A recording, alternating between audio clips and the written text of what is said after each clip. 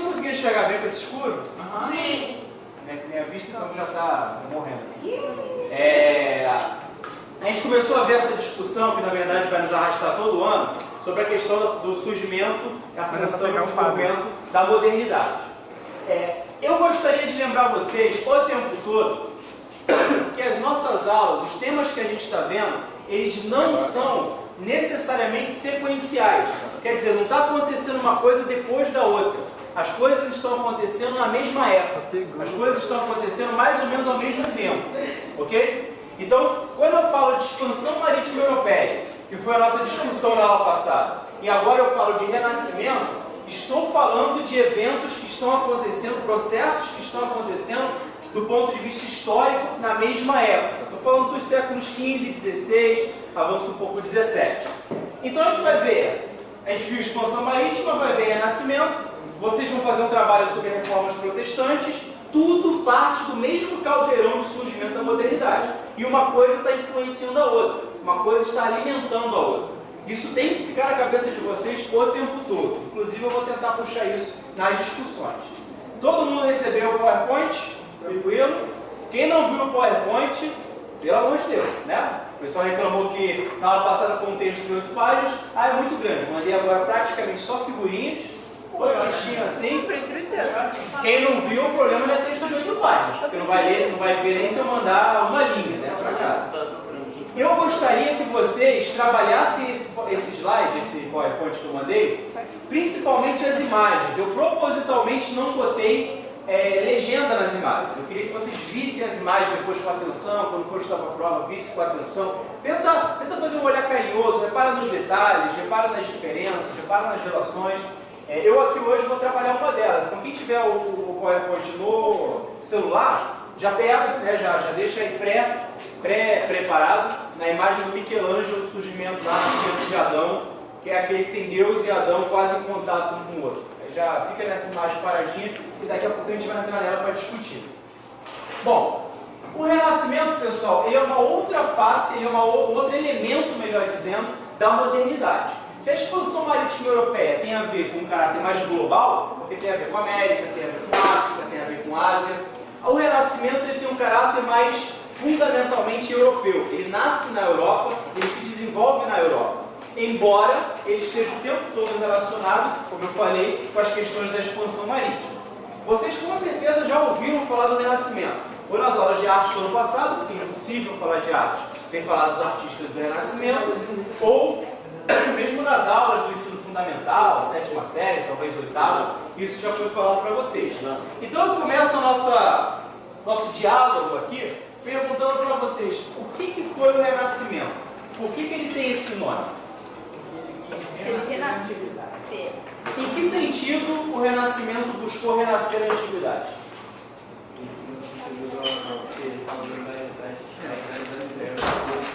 Renascer dessa era por algo novo. Perfeito. O Renascimento, ele olha o passado da Europa e pensa, o passado da Europa foi marcado por uma era das trevas. Já falei para vocês, a gente ano passado já discutiu como essa expressão é problemática, Idade das Trevas para se referir à Idade Média. Mas para os renascentistas a Idade Média tinha sido marcada pelas trevas porque ela tinha significado a morte da cultura clássica, a morte da cultura greco-romana. Então o Renascimento, o nome já diz, a ideia era fazer renascer, ressurgir as características da cultura greco-romana. Principalmente, e aí eu já adianto aqui um conceito importantíssimo do Renascimento, principalmente o que a cultura greco-romana tinha do caráter do humanismo. Não dá para eu entender Renascimento sem eu entender essa palavra humanismo, que é, na verdade, a palavra mais importante para entender a influência do Renascimento para a modernidade, para o surgimento da modernidade. O Renascimento, então, já vimos o que ele objetivava, qual era o objetivo dele. Agora vamos tentar pensar características mais gerais. O Renascimento foi um movimento urbano, principalmente urbano, o que significa que nasceu e se desenvolveu onde? Nas cidades, nos burgos, principalmente as cidades onde hoje fica a Itália. Não tinha país Itália nos séculos XIV, XV, XVI, a Itália só se forma como um país no século XIX, Mas a região onde hoje é a Itália já era marcada por uma série de cidades mais ou menos independentes entre si e que tinham no comércio principalmente sua mais forte atividade. Se eu digo cidade, nessa época, eu falo também de burguesia, né? A questão dos burgos, por exemplo, burguês como morador da cidade, burguês como cara dedicado ao comércio. Aí eu pergunto a vocês, primeiro, por que o Renascimento é um movimento principalmente urbano? O que ele encontra no campo que o trava e o que ele encontra na cidade que o estimula? Vamos começar no campo primeiro. No campo ele está travado pela permanência do feudalismo. O poder dos senhores feudais, o poder do clero, impede que o Renascimento tenha um alcance muito maior. Se ele não alcança o campo, ele não alcança algo em torno de 90% a 95% da população. O Renascimento é um movimento popular ou restrito? Bastante restrito. A maioria da população não é tocada pelo Renascimento e as ideias renascentistas só vão alcançar maiores proporções de população apenas mais para frente, séculos 18, 19, aí já não é mais o Renascimento, já é um outro movimento que vai ter um caráter um pouco mais amplo, mas que vai beber das ideias do Renascimento, um outro movimento chamado Iluminismo. Então, beleza, nos campos está travado pelo feudalismo. E o que o Renascimento encontra na cidade que permite a expansão? O que tem de estímulo? Nobreza não, a nobreza é o que trava o movimento no campo. Não tem aquelas coisas do clero, Tudo bem, a gente pode falar que a cidade, se o campo é travado pelo feudalismo, a cidade é menos travada pelo feudalismo, porque é um espaço de relativa maior liberdade, né? As regras são um pouco diferentes. Mas o que determina o Renascimento se desenvolver nas cidades são os mecenas. Que são os? Que eram os? Patriotas. Patriotas não. Patrocinadores. Patrocinadores, exatamente. Podiam até ser patriotas, mas não necessariamente. Os mecenas, eles eram os patrocinadores dos artistas. O nome mecenas, ele vem da antiguidade romana, um sujeito chamado Mecenas que fez a vida investindo em obras de arte, investindo em escultores, investindo em artistas. Com o tempo o nome virou meio que a classificação de qualquer um que patrocina obras de arte, música, enfim, escultura, pintura, uma série de coisas ligadas a questões de cultura. Na cidade, no espaço urbano, rola mais dinheiro porque rola o comércio, circula mais moeda. Então sobra uma boa quantia para que os mecenas, esses burgueses, esses comerciantes, mas não só, né, como eu vou falar daqui a pouco, que essas pessoas possam investir na arte. O artista vai para onde tem investimento em arte, por isso, numa das imagens que eu mandei para vocês do PowerPoint, eu fiz lá não, né? Eu peguei uma imagem que mostrava lá uma rota de alguns dos principais artistas do Renascimento. Vocês vão ver que a rota deles está sempre por regiões de grandes cidades, grandes centros comerciais da virada do século XV para o XVI. Perfeito, então, entendemos a estrutura geral do Renascimento. Vamos ao conteúdo, que muita gente usa aí uma sigla, né? Carinho, para se referir às 7 principais características do Renascimento, que são também as principais características do humanismo. Podem falar em qualquer ordem. O que significam as letras aí do carinho? H é do hedonismo. Vamos começar então pelo H, hedonismo. E o A é... O que é o... Não, vamos calma, por um. Só para ser. O que é o hedonismo? Esse aí edita depois. No. O que é o hedonismo? No vídeo você faz... Eu pego. Pode fechar, você já peguei. Pronto, você faz a edição e cola. O que é o hedonismo? O que significa isso? Só que eu botei no slide. Agora me explica o que é. O que significa ênfase ou valorização dos prazeres carnais? Vamos supor, você querer comer uma comida mais gostosa, tipo assim, você não tem coisa mais complexa, não só aquele simples, porque... não sei. Vamos tentar explicar. Fica mais fácil se a gente conectar o hedonismo com outra característica do humanismo, que é a letra A.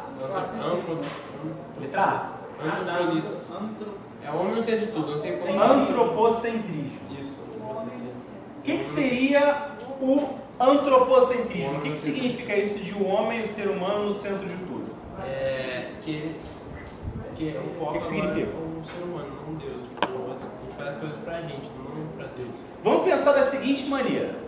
O antropocentrismo, assim como o hedonismo, eles são características que tentam enxergar a realidade, tentam enxergar o mundo a partir do ser humano como ponto de referência.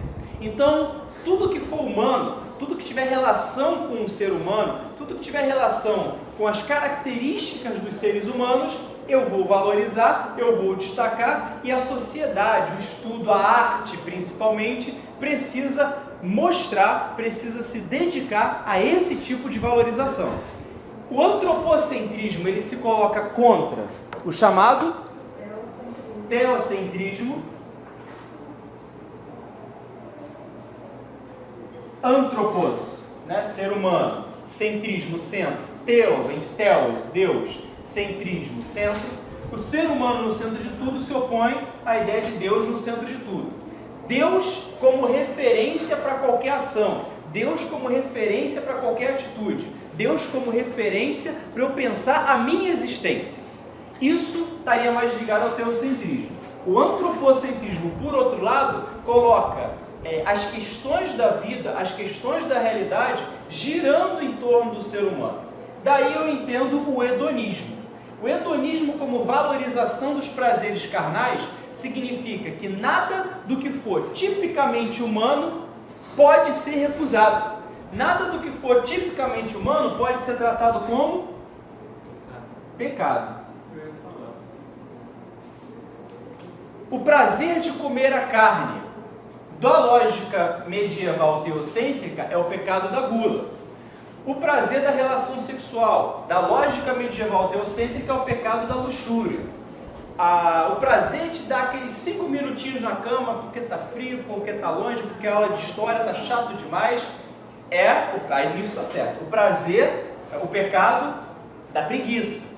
Tudo isso, na lógica do hedonismo, perde o caráter de pecado, perde o caráter de algo que corrompa a alma ou que condene ao inferno e se torna um elemento de valorização da existência humana, do prazer humano, que tem que ser louvado, que tem que ser destacado. Quando eu coloco a valorização do prazer carnal contra a crítica, a definição como pecado, eu estou fazendo um combate entre corpo e alma. A ideia de classificar os prazeres do corpo como pecado é a ideia de que os prazeres da existência material, da vida material, corrompem a alma e condenam a alma no pós-morte. A ideia de valorizar os prazeres carnais, por outro lado, é a ideia de que o mundo em que nós vivemos não é só passagem para a alma, ele tem um sentido em si, e ele precisa ser valorizado em si. As nossas sensações, diziam e dizem os hedonistas religiosos, porque tem também. As nossas sensações não foram dadas por Deus para que nós nos privemos delas. As nossas sensações foram dadas para que a gente exercite. Então, nesse sentido, o hedonismo, ele é uma característica do humanismo que, digamos assim, incomoda ou não incomoda a igreja? Incomoda bastante, porque faz o corpo sair da lógica de dominação, sair da lógica de controle. Porém, nem todo humanismo necessariamente é hedonista, nem todo humanismo necessariamente incomoda a igreja. Que outra maneira eu tenho de valorizar o ser humano no centro de tudo que não incomode a igreja, que não tensione, que não desafie a ordem religiosa? Tem uma maneira de eu fazer isso. Como? Como? Como é que eu faço isso aí, ó?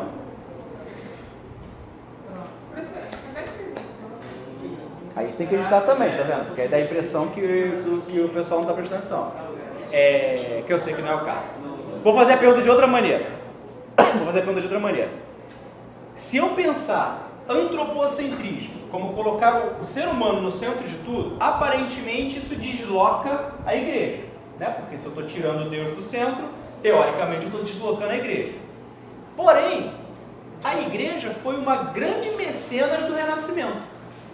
Inclusive, alguns dos principais artistas do Renascimento, alguns não, eu diria todos os principais artistas do Renascimento, têm pelo menos uma ou duas obras dedicadas a cenas bíblicas, que eles reproduzem.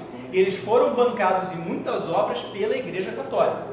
Como é que eu explico essa contradição? Como é que eu explico uma lógica antropocêntrica que valoriza o ser humano ser apoiada, financiada, patrocinada pela Igreja Católica, se teoricamente, quando eu boto o ser humano no centro, eu desloco Deus? Como é que se explica isso? Tem a ver com aquela teologia da Vinci, que é o homem assim, o Deus meio que no cérebro. Só não é do Da Vinci, essa é do Michelangelo. Mas tem a ver com isso. Quase. Mas tem a ver com isso. Mas tem a ver o quê? É a imagem que eu mandei pra vocês. Abre aí o celular agora na imagem, quem tiver com. Qual imagem? Aqui eu falei pra abrir no celular do Essa da... nascimento de Adão, do surgimento de Adão. Essa daqui? O homem não cria. Isso, isso daí. O homem não compra. Eu conheço.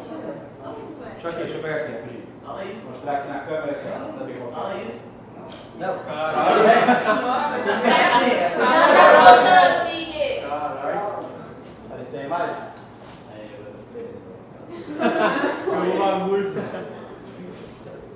Olha essa imagem aí, quem tiver com o celular, e me diga como essa imagem, aliás, como não? Olha essa imagem e me diz por que essa imagem, essa imagem, que é uma imagem renascentista, que é uma imagem antropocêntrica, por que ela está pintada no teto da Capela Sistina, que é só a capela mais importante do Vaticano, que é só o lugar onde tem a Igreja Católica? Por que a Igreja bancou isso? Que é um pensamento de não o homem como criação de Deus e seu contrário, Deus como criação do homem. Peraí, não entendi a sua... O que foi que você falou?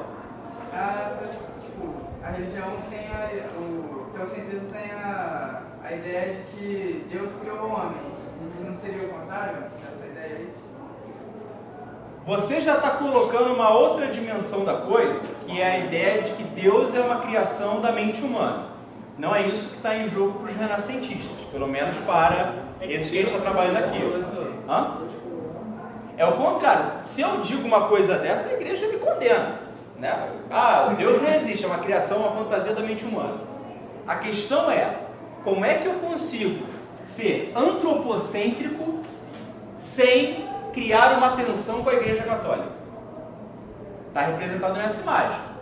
Olha a imagem com atenção. O que vocês podem tirar dessa imagem aí para me dizer, ah, agora entendi, olha aqui, ó, está sendo antropocêntrico, mas a igreja gosta.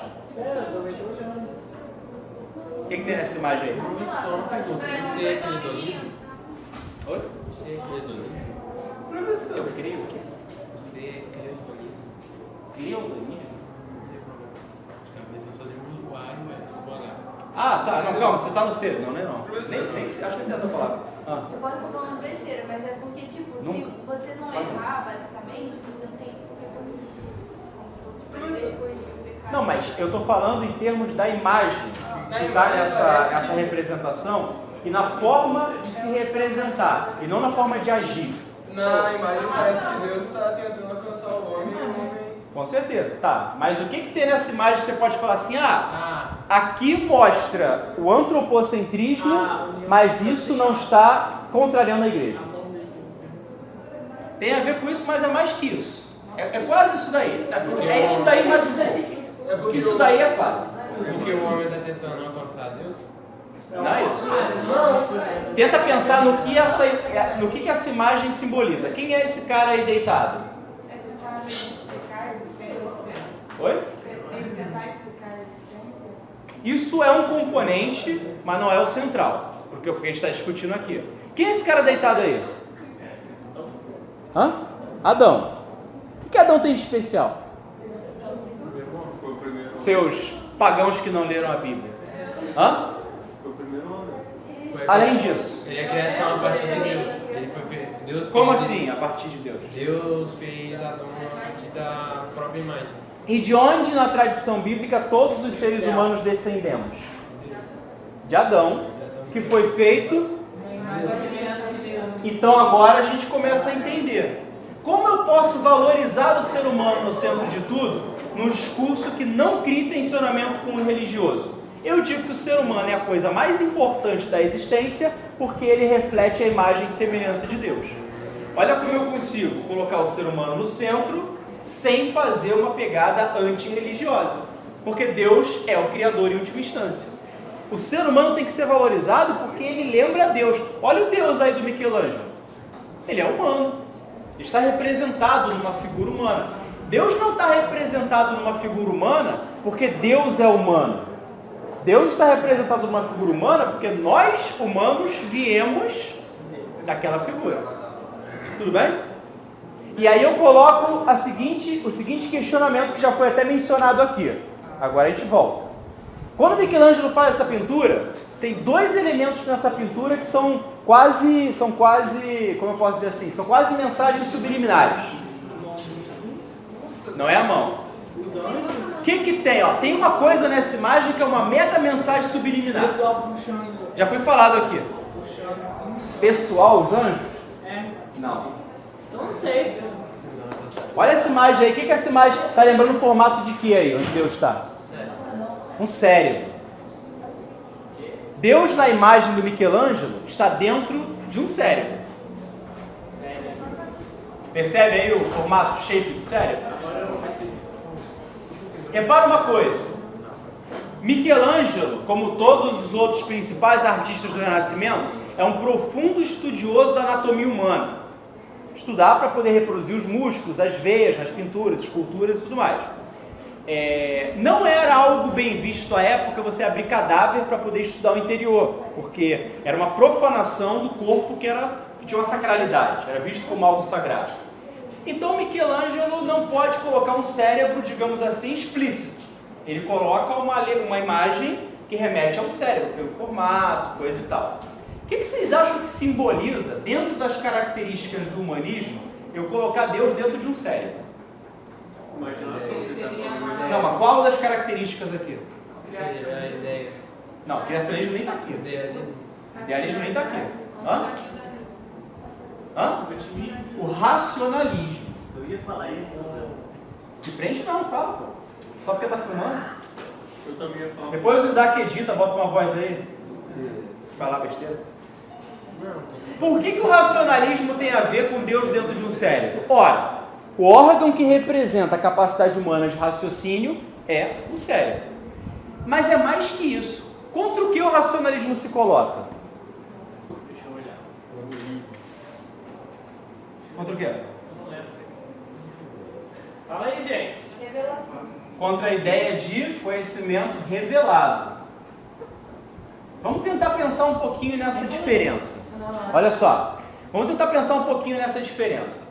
Na lógica medieval, teocêntrica, clerical e tudo mais, eu conheço o que Deus me permite conhecer. Então, eu conheço inspirado pelo Espírito Santo, eu conheço lendo a Bíblia, porque está a palavra de Deus, eu conheço pelas palavras do Papa, do Padre, eu conheço pelas palavras do clero, eu conheço na medida em que pessoas em contato com a divindade têm o conhecimento revelado. Por que o clero é o responsável pela educação e pela visão de mundo, dentro daquele mundo medieval? Porque o clero, dedicado 100% ao contato com Deus, é visto como aquele que vai receber a revelação, né? Abre os céus, desce a luz, aquela imagem bem forte, recebeu a revelação e espalha a revelação pelos mortais. A verdade é uma só, Deus conhece inteira, Deus escolhe os selecionados que vão levar essa mensagem adiante. O Renascimento inverte essa relação, quando coloca a questão do racionalismo, retomando lá os filósofos da Grécia Antiga. Eu alcanço a verdade pelo uso da razão na investigação da natureza. Então o racionalismo, que é a semente da revolução científica, que vai lançar as bases da ciência moderna, a partir do século XVI, o racionalismo, ele se opõe à ideia de verdade revelada, ele se coloca a ideia de verdade alcançada pelo processo do raciocínio. O racionalismo humano pode chegar ao conhecimento verdadeiro. Então não existe conhecimento proibido. Se Deus deu aos seres humanos a razão, é para usar. E é para usar para alcançar. Quando Deus aparece no cérebro, é uma imagem muito bonita, porque dá a ideia de que o contato de Deus com o ser humano é um contato religioso, mas é um contato que pode ser alcançado pelo uso da razão. Quanto mais o cérebro se aproxima do ser humano, mais você está se aproximando de Deus. Está claro isso? Essa lógica do racionalismo, ela se coloca junto com outras que acabam desafiando, ou pelo menos desafiando às vezes é uma palavra muito forte, porque a própria Igreja Católica ela vai incorporar vários desses princípios, mas acaba impulsionando uma nova forma de se relacionar não só com a ciência e o conhecimento, mas também com a fé. As reformas protestantes que vocês vão debater daqui a 3 semanas no nosso trabalho, todas elas, praticamente todas elas, nascem do humanismo.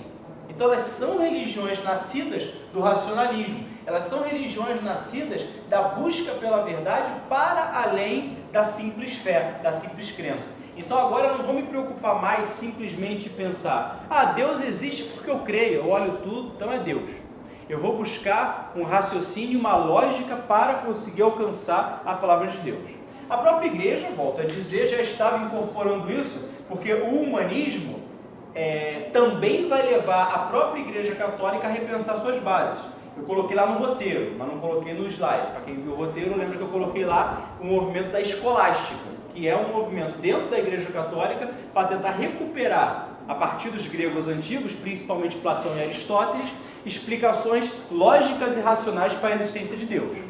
Como eu sei que Deus existe? Falar que Deus existe porque eu creio não basta. Eu tenho que ter uma explicação lógica e racional para provar a existência de Deus. Tá claro esse movimento? Sem isso não tem ciência, tá? Porque a base de qualquer investigação científica é eu construir um raciocínio lógico, uma argumentação racional para explicar algum fenômeno que eu desejo descobrir. Fica claro nessa... Olha, outra coisa que precisa apagar lá no vídeo. Fica claro nessa altura do campeonato que a letra C, o classicismo, se opondo ao clericalismo, vai valorizar muito a filosofia da antiguidade, vai valorizar muito as características da antiguidade, como nós já vimos. E uma outra que se coloca nessa imagem até que vocês estão aí é o naturalismo. Ainda nessa imagem do Michelangelo. Eu falei que o Michelangelo colocou duas coisas nessa imagem que são meio que mensagem subliminar. Essa do cérebro, a igreja nunca percebeu, assim, pelo menos nunca se colocou contrária a isso. Mas tem uma outra que provocou mais polêmica. Tem um negócio aí que o Michelangelo colocou no Adão, que gerou bastante crítica à época. Hã? Tem duas coisas então. Uma é o pinto, né, do Adão. Teve uma época que a igreja quis cobrir por censura moral e tal, mas faz sentido colocar o Adão pelado, porque o naturalismo faz parte das características do Renascimento, representar a realidade da maneira mais nua possível, representar a existência, valorizar as representações da existência do mundo natural, do mundo em que nós estamos. Mas tem um negócio mais polêmico que o pênis. A mão, assim, que está escondida aqui embaixo. Essa mão não está escondida, essa mão é engraçado, todo mundo está percebendo essa mão, eu nem pensei que surgiu polêmica. É porque isso aí não é um quadro, isso aí é o teto da Capela Sistina, que tem um monte de imagem, né? Então isso daí é uma parte da pintura de baixo, foi cortada ali. A outra turma, o pessoal falou, caraca, a mão do demônio aqui, tá vendo? Vai apertar a bunda do Adão aqui, o demônio.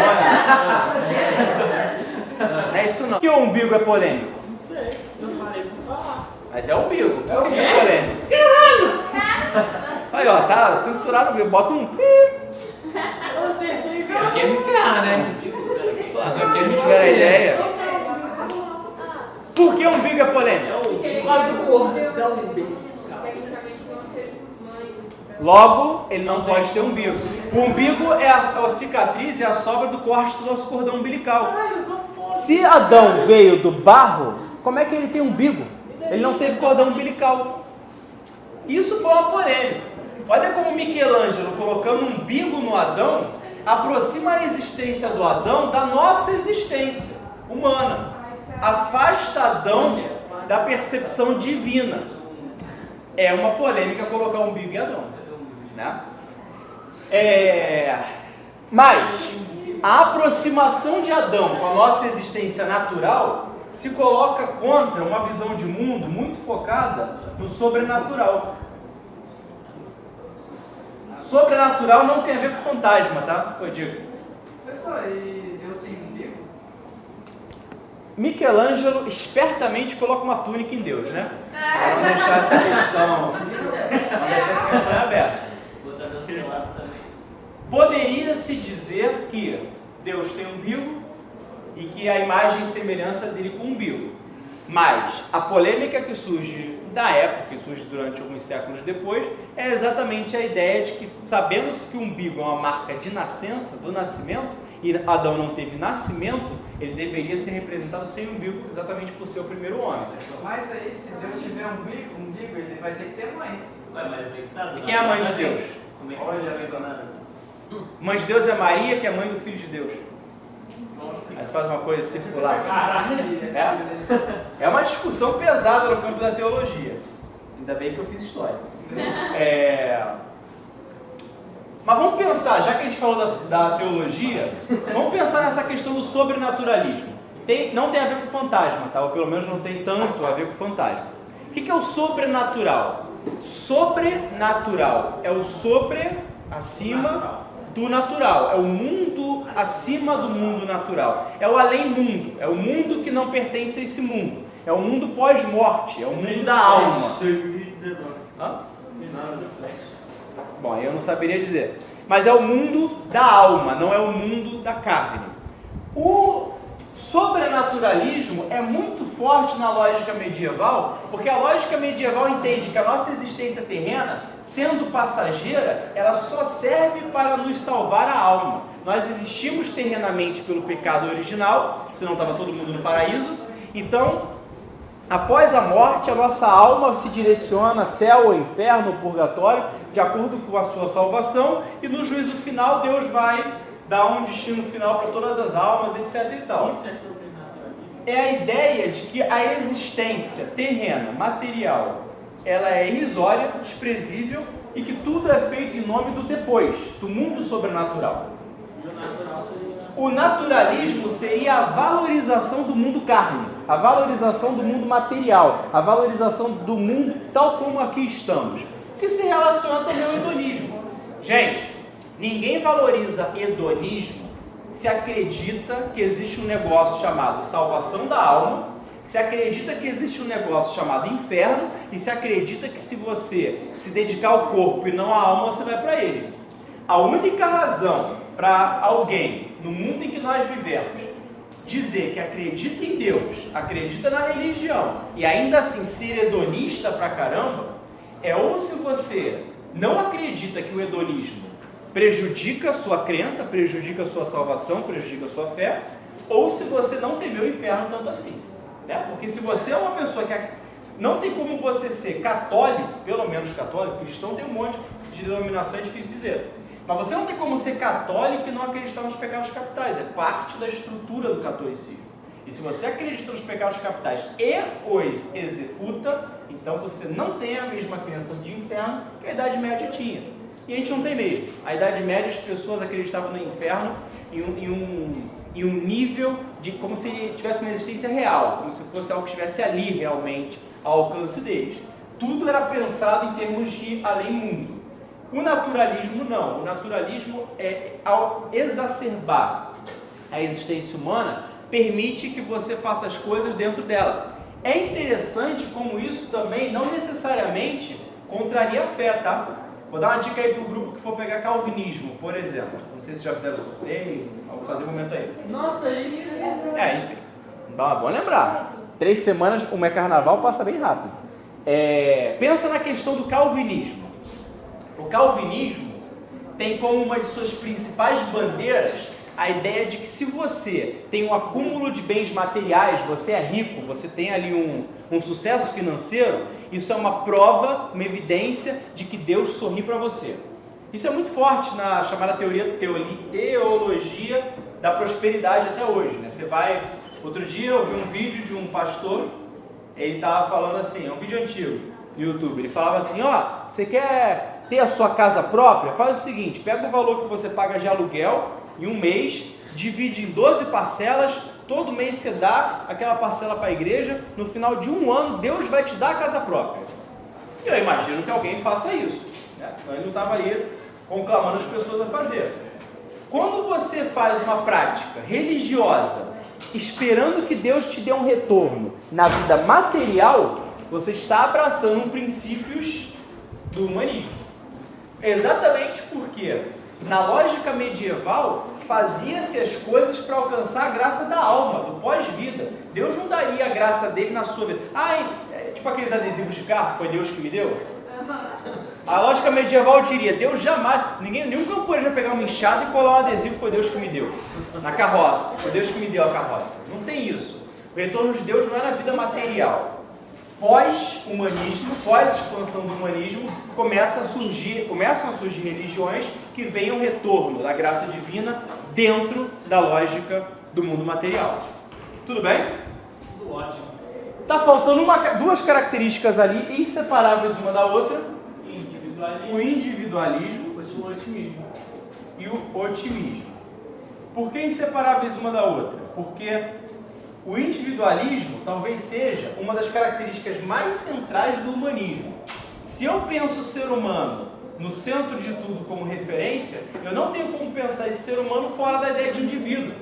O ser humano com suas características próprias significa que cada indivíduo tem características únicas. Portanto, tem que ser pensado individualmente, tem que ser pensado na sua unicidade, na sua especificidade. Isso se coloca contra uma visão corporativa de mundo. Vamos lembrar essa visão corporativa. Na Idade Média, a sociedade era dividida em 3 ordens, 3 grupos, né? Clero, nobreza e povo, podemos chamar de povo assim, genericamente, e cada grupo tinha uma função específica, porque a sociedade era pensada como um corpo. Então o clero, responsável pelo conhecimento, pelas ideias, pela religião, era visto como a cabeça. A nobreza, responsável pela guerra, pela defesa do cristianismo, pelo combate, era visto como os braços, que defendiam o corpo. Esse imenso grupo chamado povo, que era basicamente o resto da sociedade, principalmente divididos entre aqueles que produziam, né? Trabalhadores que produziam e trabalhadores que comercializavam, eram os pés e o tronco. Os pés porque sustentavam as outras classes, o tronco fazia circular as mercadorias, né? Os bens, como mais ou menos a nossa circulação sanguínea leva os nutrientes para as células.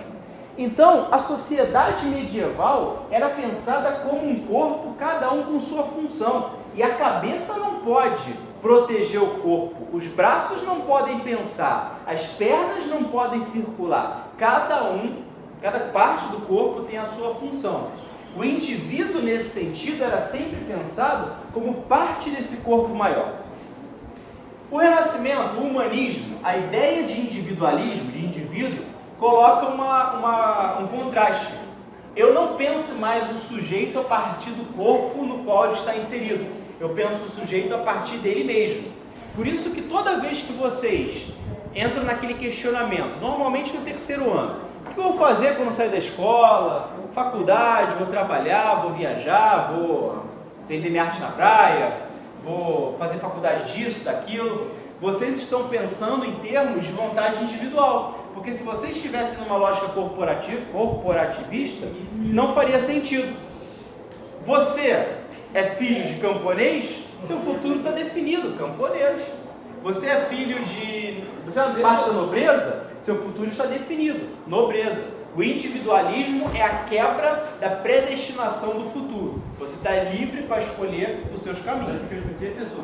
Ali é pessimismo e otimismo. Aqui é o otimismo e agora eu vou botar o pessimismo. Não, aqui ó, na pirâmide. Não. O pés e o tronco. Vamos lá. Olha o tronco. Tá parecendo uma árvore. Se eu tenho uma ideia de indivíduo muito forte, o meu futuro está em aberto, inclusive para coisas positivas. O otimismo é uma grande consequência disso. A lógica medieval era muito pessimista em relação ao futuro. Pessimista porque entendia o futuro sempre a partir da lógica do juízo final, do julgamento, do fim do mundo. Deus ia voltar, Jesus ia voltar, interceder, né? O mundo caminhava para o seu fim. O otimismo significa o início da sensação de que a razão humana, a liberdade do individualismo, a inspiração dos clássicos permitiriam um futuro aberto, positivo, com muitas coisas em termos de melhoria. Esse sentimento de otimismo vai ser muito valorizado e defendido pelo iluminismo depois. Tudo bem? Perguntar alguma coisa? Eles continuam com essa ideia de liberalismo, então. O liberalismo, ele é uma doutrina que surge dentro do iluminismo, uma escola de pensamento, uma corrente que surge dentro do iluminismo, e como todas as correntes iluministas, é muito inspirada por isso daqui. Se você quiser fazer uma visualização de longo prazo, digamos assim, você pode pensar que o Renascimento começa a germinar, o iluminismo vai colher lá na frente. O iluminismo pega isso aqui, radicaliza e bota em prática. O Renascimento ainda está muito no campo das artes, muito no campo das ideias. O iluminismo traz a questão para movimento social, movimento político. Mas tudo está nascendo aqui.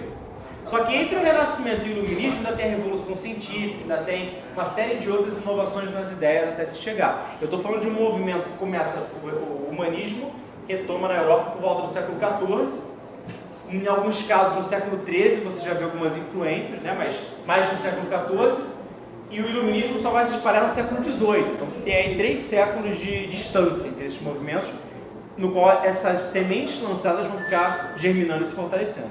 É engraçado pensar que isso tudo, por mais que tenham passado séculos, ainda é muito recente. Porque tudo isso compõe a modernidade. Quando a gente trabalha com a ideia de modernidade, a gente aproxima essas conexões do mundo em que a gente vive. A gente ainda, eu estou falando ainda porque em história a gente nunca sabe quando algo vai acabar, né? Uma nova onda vai surgir, mas a gente ainda orienta nossas vidas por esses princípios. Porque esses princípios associavam-se principalmente ao modo de vida burguês, mesmo que a nobreza fosse mecenas às vezes, mesmo que a igreja fosse uma grande mecenas, esses valores são os valores do homem burguês. E nós vivemos num mundo capitalista que é, por excelência, o mundo burguês. Entendeu? Então, se nós vivêssemos na Idade Média, dominados por valores da nobreza e do clero, não pensaríamos assim. Como nós vivemos dominados por valores da burguesia, pensamos assim. Entendeu? O que nos leva à questão seguinte, para fechar a aula. Graças a Deus!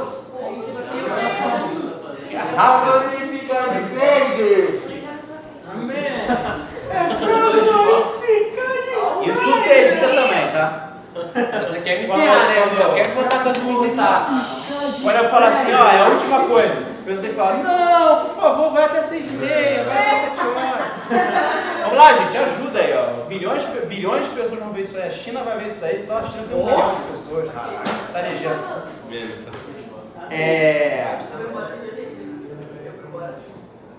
Eu tava falando? Ah, lembrei. Olha só, presta atenção aqui. Só um detalhe, tá? Eu falei que era o último assunto, pra fechar. Eu não falei que era curto. Eu falei que era o último assunto. Segura aí. Olha só. Se o Renascimento, em grande parte, atende a interesses, principalmente da cidade do burguês, eu posso dizer que... Presta atenção na frase para não complicar. Agora eu vou usar algumas coisas do ano passado também. E vocês vão me ajudar com as coisas do ano passado, senão eu vou jogar a galera para 107. Né? Porque coisa do ano passado está aprendida, amigo. Está aqui agora, aprendeu a coisa do ano passado. Se o Renascimento surge nas cidades, muito dentro de uma órbita burguesa, faz sentido eu dizer que o que o Renascimento e o humanismo projetam em termos de ideias são projeções de uma visão de mundo burguesa. Correto? Vamos pensar o que isso significa. Se eu entendo que a minha visão de mundo está de certa forma limitada, ou pelo menos influenciada pelo meio em que eu vivo, o ambiente em que eu vivo, o grupo em que eu estou, a época em que eu vivo, por aí vai, se eu entendo que a minha visão de mundo é socialmente e historicamente construída, não nasce comigo, eu preciso entender o que significa essa projeção burguesa do humanismo em termos de uma pergunta simples. Afinal, o que é ser humano?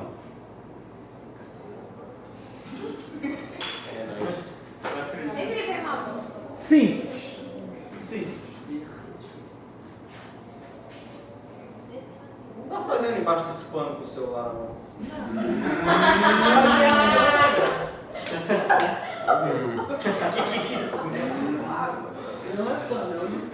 Tá pegando Wi-Fi aqui? Não. Tá pegando, hein? Tá usando o 4G pra baixar o vídeo pesado aí. Literalmente. O cara bota o pano por você, tá com o celular assim. Não tá entendendo nada, Vou até parar. Enfim, vamos tentar pensar no significado disso, do que é ser humano, em termos daquilo que a gente trabalhou no passado, do eu e do outro. O que é aquele eu e outro que nós trabalhamos ano passado? Quando falamos de etnocentrismo e tal. O que é o eu e o outro? O eu e o outro. O eu é Tchau, Tati. Até final de semana. É que nem O carnaval. O carnaval começou cedo. Eu não sou carnaval. Então o descanso começou cedo. O meu é o meu ponto de vista sobre as coisas. Mais do que o ponto de vista. É o. O eu é. Eu falei exatamente isso no ano passado, você falou exatamente isso pra mim. A lei do eterno retorno. Eu considero primeiro a minha cultura do que a outra. Não, isso aí seria numa perspectiva etnocêntrica, mas não necessariamente. O eu é aquela cultura, aquela visão de mundo, aquela visão de grupo, aquelas ideias que de alguma maneira estão próximas de mim, com as quais eu me identifico. Estão próximas e eu me identifico com elas. O outro é a cultura, a visão de mundo, a lógica de existência relativamente distante de mim, com a qual eu não me identifico de imediato. Eu acho estranho, eu acho diferente, por aí vai. Agora, muita atenção aqui, pessoal, porque isso é a parte mais importante. Não, mas sem ler agora. Presta atenção aqui rapidinho, porque essa parte não está no texto, eu acho. Quando eu penso em termos de ser humano, eu não penso no vazio. Uma grande ilusão que nós temos, normalmente, e que não devemos ter, segundo ano, a gente pode chamar que é a era da quebra das ilusões, da inocência. Não podemos sair do segundo ano continuando a ser inocentes em relação a certas coisas. Vamos pensar numa frase simples que nos mostra a inocência da coisa. Eu olho a degradação ambiental e eu falo assim, caramba, como o ser humano polui. O ser humano destrói a natureza. O ser humano degrada o meio ambiente.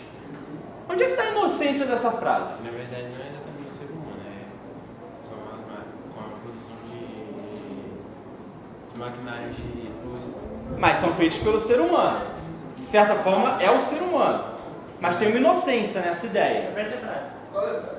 Qualquer frase que seja do tipo, o ser humano degrada o meio ambiente, o ser humano destrói a Quando natureza. você fala ser humano, você não se inclui? Isso é uma ingenuidade, mas, ainda que eu me inclua, eu não quebro completamente a ingenuidade. O ser humano polui, claro, mas nem todo ser humano polui na mesma escala. Quando eu digo ser humano polui o meio ambiente, eu estou diluindo a culpa entre toda essa entidade abstrata que eu chamo de humanidade. Digamos que você pare de tomar banho, de escovar os dentes, pare de abrir a torneira, nunca mais abrir a torneira da minha casa. Digamos que todo mundo pare de abrir a torneira de casa. Paramos de lavar as mãos, paramos de escovar o dente, só no rio, paramos de tomar banho. Se toda a humanidade parar de consumir essa água de torneira, a gente economiza no máximo 30% do que se gasta. Se chegar a tanto. O que significa dizer que o que nós consumimos individualmente, em termos de gasto de água, só para ficar mais exemplo da água, não se compara ao, por exemplo, que se gasta para fazer 1 kg de carne. Quanto de água se gasta para fazer 1 kg de carne? 16 minutos por aí. Hã? 6? 16 por aí. Então o dado aí está pior, porque eu ia falar 10 mil litros, que é a informação que eu tinha visto em discussão. Quantos litros de água eu gasto, por exemplo, para atender um determinado tipo de produção agroexportadora? Ah, mas se eu não fizer comida, eu não tenho, se eu não gastar isso, eu não vou alimentar as pessoas, eu não vou alimentar a humanidade. Será que esse modelo de produção, com esse tipo de gasto, é o único possível? Enquanto eu achar que a poluição ambiental é culpa de um ser humano genérico, fica difícil de responder. Vamos dizer de outra maneira. Que nem eu brinquei, acho que foi até aqui que eu brinquei ano passado. Quando eu falei assim, quando eu estava falando do filme dos Vingadores, do Thanos. Se o Thanos chegasse na Terra com a ideia dele do filme dos Vingadores, qual era a ideia dele? Tem recursos naturais limitados, as pessoas consomem muito recurso, vou exterminar metade do planeta para poder ter mais recurso, para durar mais o recurso. Se ele exterminasse a metade sul do planeta, ia mudar pouca coisa. Porque a metade norte do planeta consome infinitamente mais do que a metade sul. Pensa no padrão de consumo dos Estados Unidos. Se o mundo todo... Metade do mundo já está no mundo. Não, se o mundo todo consumisse, todos os países do mundo consumissem como um americano médio consome, comida, celular, qualquer coisa do tipo, não tinha planeta para a gente viver. A gente ia precisar de mais de 4 planetas, só por causa dos recursos naturais. E eu estou falando de recurso natural, assim, coisa que hoje não se tem noção de como se resolver no futuro. Vou dar um exemplo. Todo chip de computador usa metais para condução elétrica. Por exemplo, o ouro. O ouro é um metal bastante usado para condução elétrica de chip de computador. Uma hora o ouro vai acabar. O ouro, você não planta ouro. Diamante, vai lá. Diamante você consegue fazer equivalente. Você consegue produzir diamante em laboratório. O diamante, não sei se vocês sabem, o diamante ele tem os mesmos componentes químicos do grafite que vocês usam no lápis de vocês. A diferença é a posição molecular. Então, assim, a diferença entre o diamante e o grafite é a posição dos átomos e não a composição. Existem técnicas que produzem diamante em laboratório. Não tem o mesmo valor, porque é igual a ostra. Pérola. Pérola você pode fazer também em laboratório, mas ela não tem o valor de uma pérola natural, como não tem o valor de um diamante natural. Mas, por exemplo, broca de dentista, usa lá pecinhas de diamante, porque diamante é a única porcaria que arrebenta o teu dente, de tão duro que é, né? Você vai furar com precisão e tal. Os caras não botam o diamante encontrado na natureza para broca de dentista, eles produzem aquilo. Mas ouro não. Ouro vai chegar uma hora que acaba. Quando acabar o ouro, como é que tu vai fazer computador? Como é que você vai fazer celular? Como é que você vai fazer todos esses elementos? Quando acabar o lítio, como é que você vai fazer bateria de celular? Quando acabar o consumo. Alguém pode chegar e falar, não, a gente recicla. A reciclagem nunca recupera 100% do que foi usado de primeiro. Então, tem aí uma lógica de consumo que é preciso discutir. Por que eu estou trazendo isso para falar da questão da inocência? Porque nós pensamos a expressão ser humano ainda de uma maneira muito genérica e abstrata. E nós ignoramos que toda vez que eu falo ser humano, mas pode trocar por brasileiro, pode trocar por outros equivalentes. Eu estou projetando uma ideia de ser humano, mas eu não percebo que eu estou projetando. Os renascentistas, quando eles falavam em valorização do ser humano, eles estavam projetando uma ideia de ser humano, projetando um modelo de ser humano, mas eles não tinham essa noção. Olha depois de novo, não precisa ser agora não, a imagem do Michelangelo. Ele pintou Deus. De que cor ele pintou Deus? Branco. Por que ele não pintou Deus negro? Ah, tanto faz, ele jogou a moeda para cima e deu cara é branco, decorou pinto de negro. Não. Foi a ideia que ele tinha. A concepção renascentista de homem, a concepção renascentista de ser humano era a projeção da concepção europeia de si mesma, que era uma concepção de um eu europeu que produziu, como não poderia deixar de ser, um modelo. Que aí você pode colocar um modelo europeu, branco, burguês, porque o Renascimento é uma projeção do ideal burguês. Pensa comigo, quando eu digo que é preciso valorizar o prazer humano de, por exemplo, comer pra caramba, eu não estou falando do campo. A maioria da população do campo come menos do que precisa.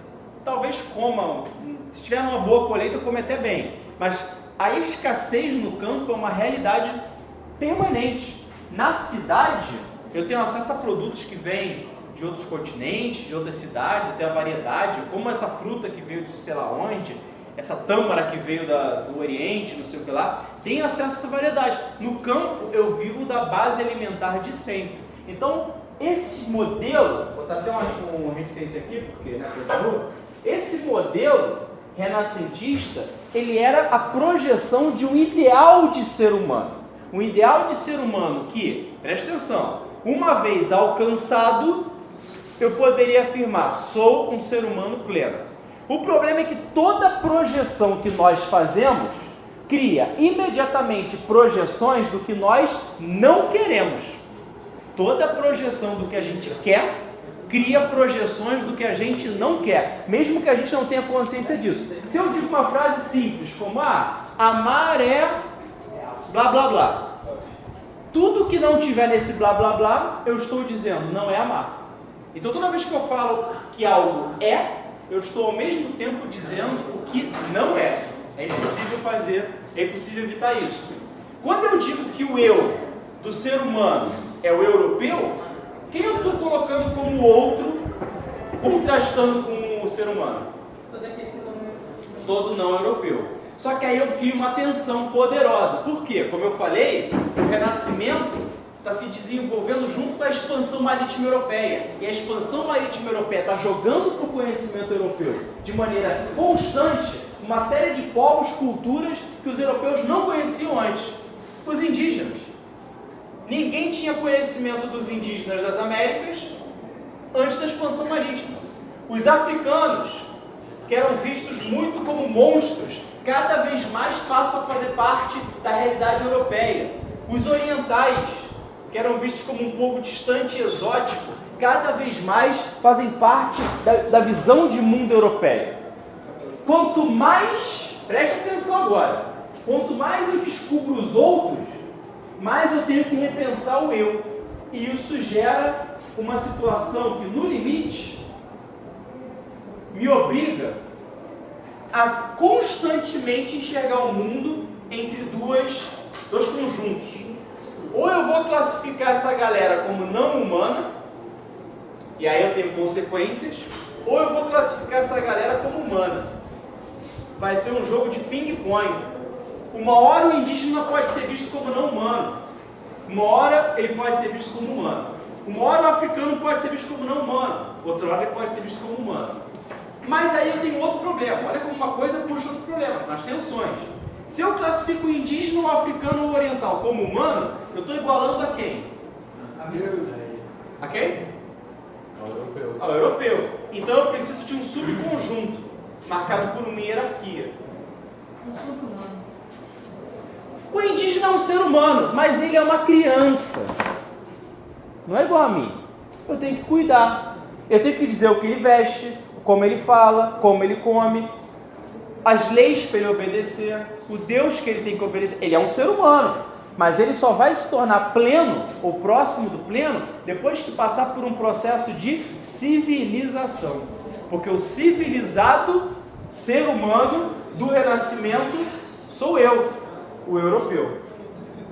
Quando eu jogo no não humano, aí, amigo, aí é um passeio. Porque não tem maneira mais fácil de eu dominar, escravizar e exterminar do que considerar alguém um não humano. Ia falar uma coisa, Tom? Não.